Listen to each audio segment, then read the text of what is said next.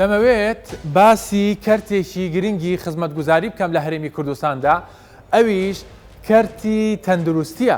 بزانم لە هەرێمی کوردستان ئەو خزمەتگوزاریانە چین کە لە ڕێگای کەرتی تەندروستیەوە پێشکاش بە هاوڵاتیان دەکرێت. لە هەرێمی کوردستاندا بودجەیەکی زەبەلاح بۆ ئەم کەرتە تەرخان کراوە، ئەویش بە ئامانجی باشترین خزمەتگوزاری بە هاوڵاتیانی هەرێمی کوردستان. ئەگەر بە داتایەکی دروست پێتان بڵێم ساڵانە نزیکەی 12 ملیۆن هاوڵاتی لە هەرێمی کوردستان سەردانی بنکە تەندروستیەکان دەکەن. بە داتایەکی تر پێدان دەڵێم کە بەڕێژەی 174 هاوڵاتیانی هەرێمی کوردستان ڕوو لە نەخۆشخانە حکومەکان دەکەن و بەڕێژەی 126 ڕوو لە کەرتی تایبەت دەکەن. ئایا لە هەرێمی کوردستان چۆن بتوانین ئەم کەرتە زیاتر بەرەو پێش بەرین؟ بابەتێکی تر کە ئەویش پەیوەستە بە کەرتی تەندروستیەوە، ئەویش بیمەی تەندروستیە بۆ هاوڵاتیانی هەرێمی کوردستان. بزانم ئەم پرۆژەیە چییە، چۆن کاری لەسەر دەکرێت. ئەو پرۆژانە چین کە لە تەمەنی کابینەی نوێمدا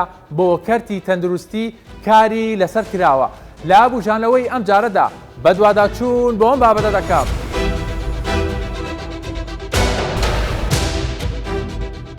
ژێرخانی کەرتی تەندروستی لە هەرێمی کوردستان. بنکەی تەندروستی 1028 بنکە، قەرەوێڵەی نەخۆش 10,028 قەرەوێڵە، نەخۆشخانەی حکومی 91 نەخۆشخانە، نەخۆشخانەی تایبەت 60 نەخۆشخانە، 100,000 هاوڵاتی بۆ هەر نەخۆشخانەیەکی حکومی، ئۆتۆمبیلی فریاکەوتن 438 ئۆتۆمبیل، ژمارەی پزیشکان لە هەرێمی کوردستان 7662 پزیشک. خزمەتگوزاری تەندروستی لە وڵاتێکەوە بۆ وڵاتێکی تر دەگۆڕێ. کەرتێک کە زۆرترین بودجەی پێویستی بۆ دابین دەکرێت لەلایەن وڵاتانەوە، ئەمەش لە بەرامبەر باشترین خزمەتگوزاری بە هاوڵاتیان. دەستپێکی بەرنامە تایبەت بە خزمەتگوزاری تەندروستی لە هەرێمی کوردستان لە نەخۆشخانەکانی شێرپەنجەوە کە زۆرترین بودجەی بۆ دابین دەکرێت لەلایەن حکومەتی هەرێمی کوردستانەوە و بەبێ بەرامبەر سەرجەم پێداویستیەکان پێشکاش بە سەردانیکەران دەکرێت. لێرە چ خزمەتگوزاریەک پێشکاش بەو کەسانە دەکرێت کە سەردانی ئەو بنکە تەندروستیانە دەکەن. لەو سنتەرانەکە لە شارەکانی هەولێر و سلێمانی دووهۆگەیە خزمەتگوزاریی زۆر پێشکەش بە توژوان دەکرێت. حتمینە بە پێی توانای ئێمە خۆمان ناتوانین بڵێن ئێمە وەکو وڵاتە هەرە پێشکەوتەکانی جیهانین، بەڵام بڕێکی باشیش لەو دەرمانانەی کە لە جیهانە هەیە و زۆر پێشکەوتون لای ئێمەش هەیە. دکتۆر، هەر لە سەرەتای دەستنیشانکردنی نەخۆشیەکەوە تاو کاتی چارەسەر وەرەگرێ و ئەوانەوەکە هەمووی دەبێتە تێچووێک لەسەر حکومەت وەزارەت؟ هەمووی هەندێک نەخۆشیە کۆی پرۆسەکەی هەموویەکەوێتە سەر سندوقی کۆمەک و حکوومەتی هەرێم. هەندێکی هەیە هەندێک پرۆسەی تری هەیە نەخێر ناتوانم لەم لاوانە کابرا خۆی پێشتر چووە سیتیسکانێکی کردووە، ئەشعەیەکی گرتووە، فەحسێکی خوێنی کردووە، ئەنجازاندراوە ئەو شتە چیە ئەوانە بەدەرە، یان هەندێک جار خۆی پێویستی پێ بێت جارجارە ئەشعە بگرێتەوە فەحسکاتەوە، ئەوانەش هەمووی بەدەرە. بەس ئەوەی کە پارە زۆرەکەی تیا سەرفەکان نەخۆش دەرمانە بە دەرەجە یەک، ئەوە دەرمانە و کە کولفەیەکی زۆر هەم لەسەر حکومەت تەکلیفەکە، حکومەت خسوێتە سەر شانی خۆی لە جاتی هاوڵاتی. چکە نەخۆشمان هەیە 3 جارێک تقریبن 12 ملیۆن دینار لەسەر حکومەت تەکلیفەکە. ئەگەر بە کۆی گشتی هەمی حسابکەی دەرمانەکەی بای 11 ملیۆنە توش خۆ هەر دەرمان نییە، یەتە خەستەخانە و کارمەندە و دکتۆرە و تاقیگەی و مەسروفە و هەموو ئەوانە، ینی ئەگەر لێکی دێتەوە نەخۆشیشمانەیە 200,000 تەکلیفەکە، ینی جیاوازێکی زۆر هەیە بینی نەخۆشیەکان، جۆری نەخۆشیەکان، وەرگرتنی چارەسەریەکان. باش ئەم سنتەرانە ینی لە چاو ینی چۆنڵی نەخۆشخانەکانی تر چۆنڵی تێچوو گولفەکەی زیاترە بە تایبەتیوانی زۆر زیاترە، زۆر زیاترە. ناڵم لەبەرەوەی یەک پشکنینەکانی شێرپەنجە گرانترە، ئەو پشکنینانەی کە ئەکرێت لەسەر ئەوەی کە ئێمە پێڵێن خەڵە ناو زمانی خەڵک پێڵەن زەرع ئەوی نمونە وەرەگری و بایوسی ئەو پشکنینانەی کە لەسەر یەکرێ گرانترە هەم لەسەر حکوومەت و هەم لەسەر نەخۆشەکە و توژوە. باشە دکتۆر ئەگەر نمونەیە گوەر بگرین نەخۆشێک کە هاتووە بۆ پشکنینی شێرپەنجە هەتا ئەو کاتی کە چارەسەر وەرەگرێ هەتا ئەو کاتیەوە ئەگەر لەسەر حکومت بێت چەندە ئەگەر ئەو هاوڵاتی خۆی لە دەرەوە بیکە چۆن لەڕێی کەرتی تایبەتەوە چەندە ئەگەر هەندێک لەو دەرمانانەی بەدەستکەوێت زانێ ئەگەر وەکووتمانی تۆ بێنە بە نمونە وەریگرن نەخۆشێک 3 جارێک بەلانی کەمەوە 11 میلیۆن بۆ 12 میلیۆن دا بە دەرمان لە تااقەتی کەسانیە زانی شتێک سایکۆلۆجەتی مرۆڤە کە زۆر مەسروفێکی زۆری بێشمار لە خۆ دەگەی دوای ماوەیەک بێزارەبی چەندی شت هەبێ چەند زۆری شت هەبێ ئەرگاتەوە حەدەی بێزارەبی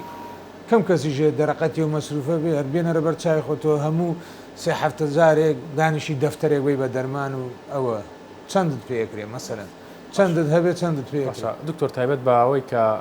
لە عێراقا بەنمونە کۆمەڵێ بەشی دەرمانمان عایدی حکوومەتی عراقیە بۆ نمونە ئەوەش هەندێک جار تاخیرە بێ ئەمەش تەسیرات ناکاتە سەری ئەوە جاگەرێمە بەرنمەکەمان ئەگەر وا بێ مەشاکیلەکان زۆرە چکە هەر ئەوە نییە باسکەم وڵا کە تۆ لێرە داوایەکەی لە بەغدا زۆر درەنگدی حسەکە زۆر کەمتر بووتەوە مەسەڵەن جاران ئەلە لە سایە حەفدێ بەس من بە ژیانی خۆم لە سایە حەفدەم نەبینی ئەنی باوەڕ ناکەم ئێستا لە 6 و 7 بگات سەرڕای ئەوەی ئەو بەشە ئی خۆمانە ئێمە یەک دنیا خەڵکی تری دەرەوەی هەرێمیش چارەسەرەکەی من نەخۆشە هاتۆ ناکرێ بڵێ چی بڵێ نادەمە ینی ئەوە کە بەشی هەولێرە ینی سلێمانیانی دووەکە بۆ شارەوە بە حسە بۆیەت هەر کەسە بە حسەی خۆی بێت تۆ بۆ حسە کەمە و بۆ قەیرانەی خۆت و ئێ هەمووشی چارەسەرکەی ناتوانێت ینی بۆیە من بە زۆردا بە نەخۆشەکانی دەرەوەی هەرێمەڵێم مەڵم کاکە وەکو هەر وەکو بایعی وایە دەرمانی شێرپەنجە هەر شارە و حسەی خۆی هەیە تو هاتە سەر من زیاوێ لە برنجەکەی خۆم بدەم. خزمەتگوزاری تەندروستی لە هەرێمی کوردستان ساڵانە نەشتەرگەری 223,326 نەشتەرگەری جۆراوجۆر چاندنی گورچیلا 931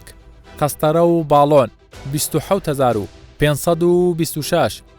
پشکنین لە تاقیگەی نەخۆشخانە حکومەکان 4,735,000 پشکنین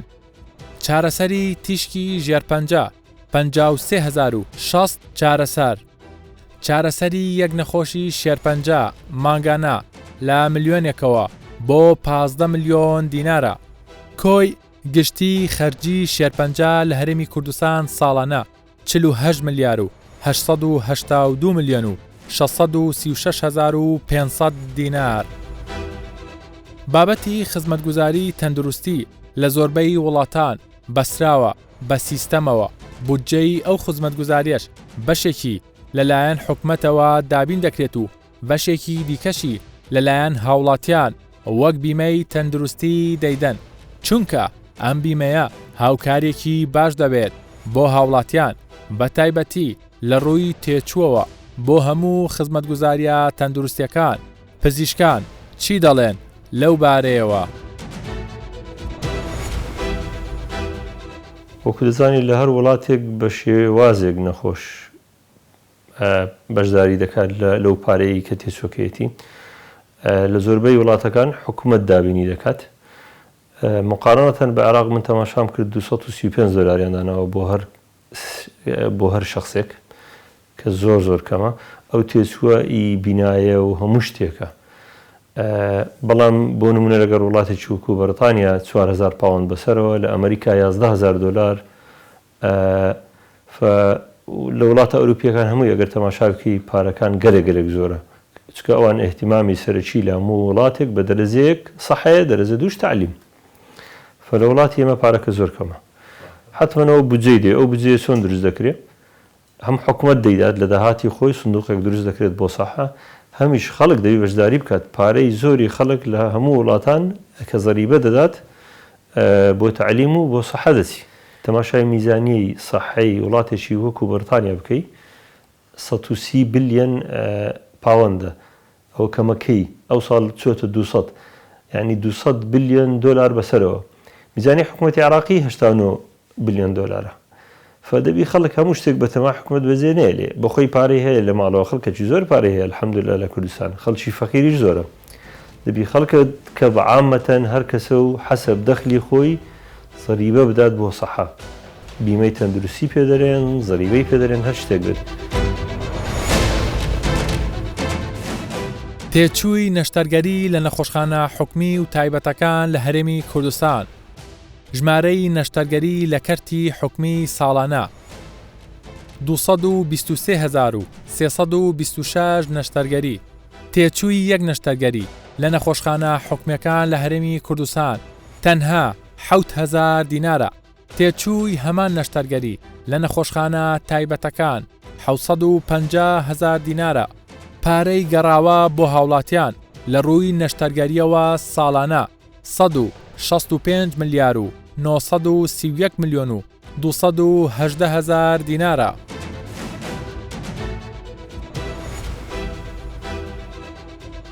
لە ماوەی 3 ساڵدا لە پەرلەمانی کوردستان چ پرۆژە یاسایەک جێبەجێ کراوە یان کاری لەسەر دەکرێت لەوانە پرۆژە یاسای تەندروستی و مافی نەخۆش و بیمەی تەندروستی و کۆنتڕۆڵکردنی هاوردەکردنی دەرمان و چاودێری چڕی بنکە تەندروستیەکان جگەلەوە دابینکردنی دەرمان و پێداویستی پزیشکی کە لەسەر حکومەتی بەغدایە. هیچ کاتێک وەک پێویست ئەو بڕا ناگاتە هەرێمی کوردستان. هەوڵەکانی پەرلەمان چی بووە لەو بارەیەوە؟ لە ماوەی ئەم 3 ساڵەیە مەسەن لە پەرلەمانی کوردستان چەند خوێندنەوەی پرۆژە یاسا بۆ کەرتی تەندروستی کراوە مەسەن چی دەنگ و باسێک هەبوو لە ناو پەرلەمانە بۆ کەرتی تەندروستی؟ بەڵێ ئەوەی گرینگە لە پرۆژە یاساکان دوو پرۆژە یاسای گرنگ دەرچووە کە لە حکوومەتەوە هاتووە بۆ پەرلەمانی کوردستان. پرۆژە یاسای مادە هۆشبەرەکان نێشتنی مادە هۆشبەرەکان کە و پرۆژە یاسایەکی گرنگەوە لە دانیشتنی پەرلەمانیش ئێمە لەگەڵ وەزیر باسمان کرد کە دەبێت سنتەرێکی چارەسەری نەخۆشانی توشبوانی مادە هۆشبەرەکان دابمەزرێتن بەپێی ئەم پرۆژە یاسایە کە زۆر زۆر گرنگە و پرۆژە یاسای مافی ئەرک و مافی نەخۆش کە ئەمەش پرۆژە یاسایەکی گرنگە نەخۆشتەیدا مافەکانی و ئەرکەکانی تێدا دەزانرێتن. ئەمەش لە بۆ خزمەتی هاوڵاتیانە و لە بۆ خزمەتی کەرتی تەندروستیشە و هەروە ئەوەی ئیشی لەسەر دەکەین ئێستا پرۆژە یاسای هێزکاری تەندروستیە خوێندنەوەی یەکەمی بۆ کراوە راپۆرتیش ئامادە کراوە بۆ خوێندنەوەی دووەم. بۆیە من وەکو ئەندامێکی پەرلەمانی کوردستان بیرۆکەی دامەزراندنی سنتەرێکی ڕاوێژکاری بۆ ماوەی جێنێتیک کۆنسلینگ سنتەرم پێشکەش بە پەرلەمانی کوردستان کردووە. پێم خۆشە لەم بارەوە سەرۆکی حکوومەت بێتە سەرخەت بۆ ئەوەی ئەم سنتەرە دابمەزرێتن و نەخۆشیە بۆ ماوەیەکان ڕێگری لێ بکرێتن چونکە وڵاتانی پێشکەوتو زۆر زۆر سوودیان بینیوە لە سنتەرێکی وە بۆ کەمکردنەوەی ڕێژەی نەخۆشیە بۆ ماوەیەکان. ئێوە وەکو پەرلەمانی کوردستان کە بە داکۆکیکاری مافی هاوڵاتیان دادەنێن سیر دەکەین بەشە دەرمانی پێویست لە عێراقەوە ناگا بە هەرێمی کوردستان بۆ ئەم بابەتە چیتان کردووە؟ بەڵێ ئێمە بە دوواداچوونمان کردووە لەگەڵ وەزارەتی تەندروستی. وەزارەتە تەندروستی وەڵامی داینەوە نزیکەی 160 دەرمانی کە پێویستە 100% بێتن لە بەغداوە بۆ هەرێمی کوردستان بەڵام نزیکەی 160 دەگاتە هەرێمی کوردستان لە بەشە دەرمانی هەرێمی کوردستان لە عێراق کە لە بودجەی سیادیە. ئەمەش کارێکی باش نییە پێویستە بەپێی دەستور و بەپێی بەشە بودجەی بەشە دەرمانی هەرێمی کوردستان 100% دەرمان بگاتن خاستن دەرمانی شێرپەنجە و دەرمانەکانی تر کە پێویستە بۆ کەرتی تەندروستی. خەرجی و داهاتی وەزارەتی تەندروستی لە ساڵانی ڕابردوو لە ساڵی 2019 803 ملیار و 442 ملیۆن و 617,268 دینار بووە. خەرجی تەندروستی لە ساڵی 2020 802 ملیار و 971 ملیۆن و 953,123 دینار بووە. لە ساڵی 2021 خەرجی تەندروستی هاتۆتە خوارەوە بۆ 799 ملیار و 699 ملیۆن و 309,145 دینار. داهاتی وەزارەتی تەندروستی ساڵانە تەنها 23 ملیار دینارە. لەگەڵ هەموو ئەو بارودۆخە سەختەی لە ساڵانی ڕابردوو بە تایبەتی بڵاوبوونەوەی ڤایرۆسی کۆرۆنا و دابینکردنی زیاتر لە 100 ملیار دینار لەلایەن حکومەتی هەرێمی کوردستانەوە بۆ ڕوبەڕووبوونەوەی ئەو پەتایە. بەڵام هەوڵەکان بەردەوامن کە بەشێک لە پێداویستیە پزیشکەکان لە ناوخۆدا بەرهەم بهێت بە کوالەتێکی باش. کارگیرێکی بەرهەمهێنانی دەرمانە لە هەولێری پایتەخت دەیان جۆری دەرمان بە کوالەتێکی باش بۆ ناوخۆ و دەرەوە بەرهەم دێ و لە بەشێکی زۆر لە دەرمانەکان دەتوانێت خواستی ناوخۆ پڕ بکاتەوە. بەرهەمهێنانی دەرمان لە هەرێمی کوردستان لە چه ئاستێکە؟ ئەوەی من نێبینم ئاستی بەرهەمهێنانی دەرمان لە هەرێمی کوردستان ئاستێکی زۆر باشی هەیە، هەم لە ڕووی کوالێتی، هەم لە ڕووی توانای بەرهەمهێنانەوە، هەم لە ڕووی جۆری دەرمانەکان جۆرێکی هەمە چەشنە. دەرمانەکانمان بە ستاندەر و پرۆسێسی جیهانی و ستاندەری نێودەوڵەتی بەرهەم دێ. لە هەمان کاتە کە بەراوردی نرخەکەی بکەی نرخێکی زۆر کەمی هەیە لە چاو بەرهەمی هاوردەی کە لە وڵاتانی دەوروبەر و لە دنیاوە هاورداکرێت. هەمیشە دەوترێت ئەو بەرهەمەی کە لە ناوخۆیە دروست دەکرێت جا دەرمان بێت بەرهەمیتر زۆر گرانترە لەوەی کە لە دەرەوە دێت. بۆ دەرمان چۆن هاوسەنگی بازارتان ڕاگرتووە؟ بەڕاستی وان نییە بۆ دەرمان ئەو دەرمانەی کە لە ناوخۆی هەرێمی کوردستان سەرڕای کواردەکەی زۆر باشە، هەندێک جار باشتر لەو دەرمانانی کە هاورداکرێت لە دەرەوە، بەڵام نرخەکانی زۆر کەمترە سەرڕای ئەوەی کە پێویستەکە حکوومەت زیاتر داعمی پیشەسازی دەرمان بکە لە ناوخۆی هەرێمی کوردستانە. بۆ نمونە لەوانە هاندانی ئۆبەرهێنەری دەرەوەی وڵات بۆ ئەوەی تەکنەلۆجیا و بەرهەمی تازە بێتە ناوخۆی هەرێمی کوردستانەوە ڕەنگە ببێتە هۆی ئاسانترکردنی بەرهەمهێنانی دەرمان وا بکە ئەو پرۆسەی کە ئێستا هەیە زیاتر بەرەو پێشەوە بچێ بە ماوەیەکی کورت بتوانین دەرمانی ئەوەی کە ئێستا هەیە دەرمانی لەوە پێشکەوت دروست بکەین تاوەکو وا بکەین بتوانین بە تەواوەتی پشت بە بەرهەمی ناوخۆ ببەستین، کەمتر پشت بە دەرمانی هاوردەکراو ببەستی. ئەم هەموو پارەیە کە دەچێتە دەرەوە بۆ کڕینی دەرمان کە زیاتر لە 30 وڵات دەرمانی لێوە هاوردە دەکرێت بە شێوەیەکی فەرمی لە دەواازەکانەوە. لەو 30 وڵاتە دەتوانن چەندی کەمکەنەوە. ئێوە خزمەت گوزارەکانتانەوەە لە ئاستێکی باشە بتوانن ببنە بەربەست و ڕێکرد لە بەردەم و بەرهەمانی دەرەوە. بەڵێ بەداخەوە بڕێکی پارەی زۆر لە هەرێمی کوردستان کە پارێکی زۆرە دەرمان تێچووی چارەسەر زۆرە ئەشتە دەرەوەی هەرێمی کوردستان. ئێمە بەو هیواین ئەو ڕێژەیە لە ڕێی کارگە ناوخۆیەکانەوە کەم ببێتەوە، بەڵام لێت ناشارمەوە لە ئێستاە کۆمەڵێک دەرمانی زۆر حساس هەیە لە ناوخۆ هەرێمی کوردستان لە ڕووی تەکنۆلۆژیاوە. ئێمە هێشتا مامانە بگەین بەو ئاستی بتوانین بڵین لە ئێستا ئەتوانین 100% هەموو پێداویستی دەرمانی ناوخۆ دابینەکەین، بەڵام لە ئێستاە ئەو دەرمانانەی کە لە نەخۆشخانەکانی هەرێمی کوردستان و عێراق بەکاردێ لانی کەم ئێستا ئەتوانین 150 بۆ 160 ئەو دەرمانانە بەس لە ناوخۆ هەرێمی کوردستان بەرهەم بێ و بەکار بێ. ئەو 100 لەشی کە ئەمێنێتەوە وەکوتم دەرمانی زۆر پێشکەوتن تەکنۆلۆژیای تازەی مۆدێرنن، پێویستی بە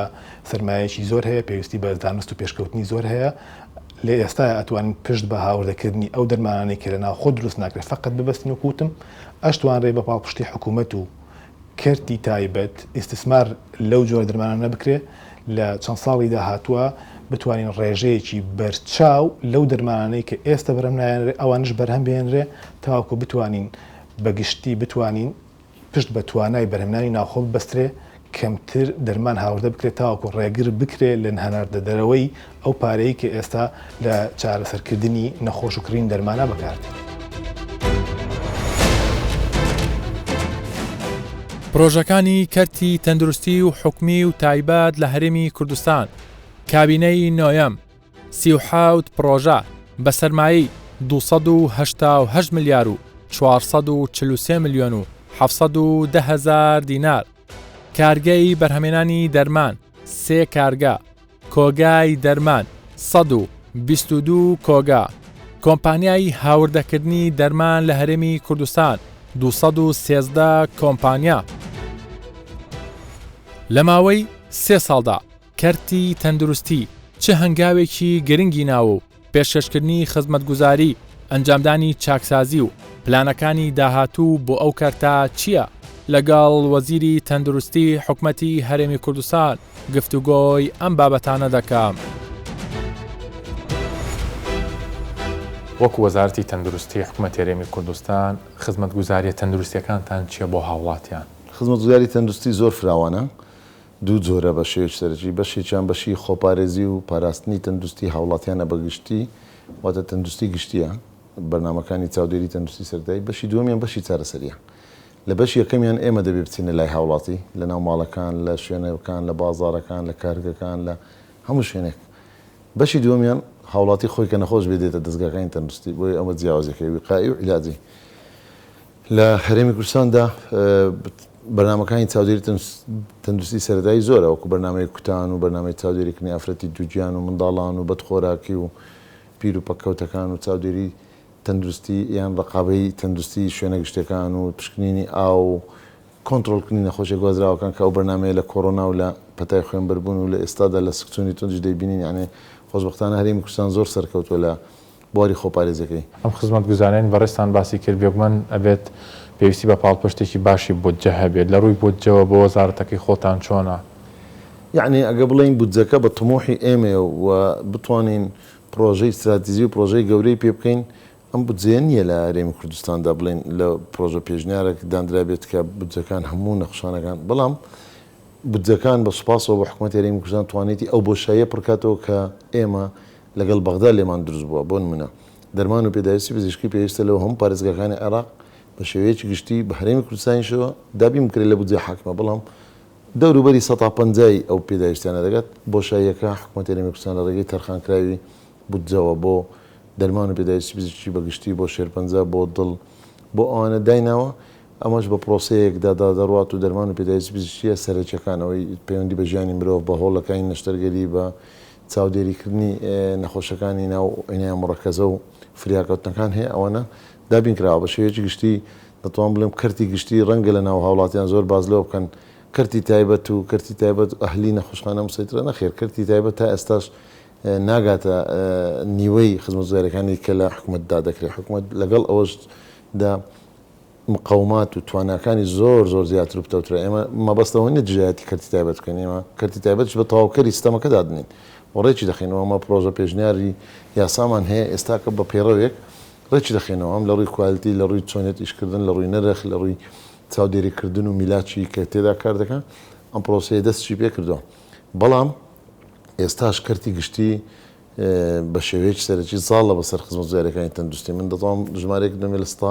76 نەشتەرگەریەکان لە ساڵی ڕابردوو لە نەخۆشخانە حکوومیەکان کرا لە کاتێکدا کەمتر لە 124 نەشتەرگەریەکان لە هەموو نەخۆشخانەکانی تایبەتی کوردستان کرایە و بە ژمارە دەدەمێ بزەبت پێت بڵێم 63638 عملیات لە نەخۆشخانە هەلێکان کرایە بەڵام 223326 عملیات لە نەخۆشخانە حکوومیەکان کرایە واتە هەتا 4 عملیات لە نەخۆشخانەیەکی ئەهلی دەکرێت 100 عملیات لە نەخۆشخانەی ڕزگاری دەکرێت لە هەولێر زیاتر لە 70 تا 100 عملیات لە نەخۆشخانەی بە بەیانیان و ئێواران اینجا بۆ فریاکەوتنان ئێمە حەزمان لە هەمووی لە گشتی بکرێت بەڵام دەرفەتی کەرتی تایبەتیش و بە ئارەزووی نەخۆش و ئازادە نەخۆش لە هەموو دنیادا لە وڵاتێک بستە وڵاتێککە لە خەسخانەیەک بستە خەسخانێکەکە و مافی نەخۆشە بە یاسا ڕێکخراوە بابەتێک زۆر گرنگە هەم وەزارەتی تەندروستی خۆشی دەیەوێت کاری لەسەر بکە هەمیش ینی چۆن لەی ئەگەر ئەمە سیستەمێکە لە وڵاتانی دراوسی و ناوچەکە پەیڕەوەکە ئەویش بیمەی تەندروستیە ئەمە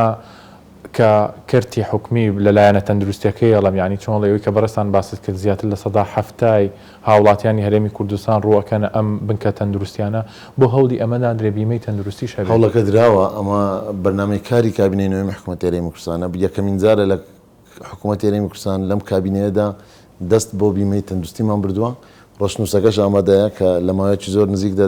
دەیگەینین بۆ ئەنجومەنی وزران لەوێ بۆ پەرلەمان بۆ ئەوی بە پێیاساڕە چخین ئەساسی بناغەی دامەزراندنی یەکەمین بلۆک و تابوقی ئەو بینایی